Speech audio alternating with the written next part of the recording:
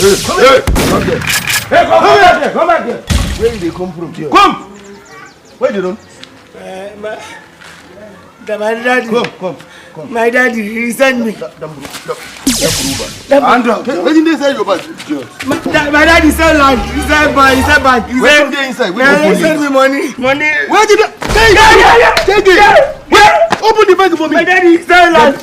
Uber. He sell everything. Not checking in one line. Aku ikudi. Owó rẹ̀ so ti ro baba lan ṣiṣẹ́ bank. Na my daddy.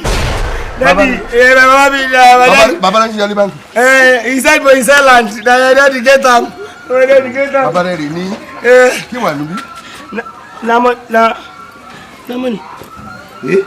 I'm a soldier. You be soldier. Ayé ti kó bá mi.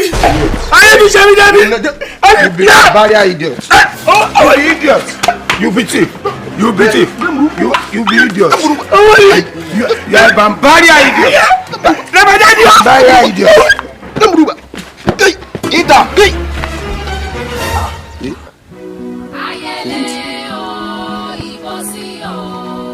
Mohammed. Baba ni ti kú. Barrier idiot. Ọ̀gbẹ́ni ti kú. Olórí burúkú.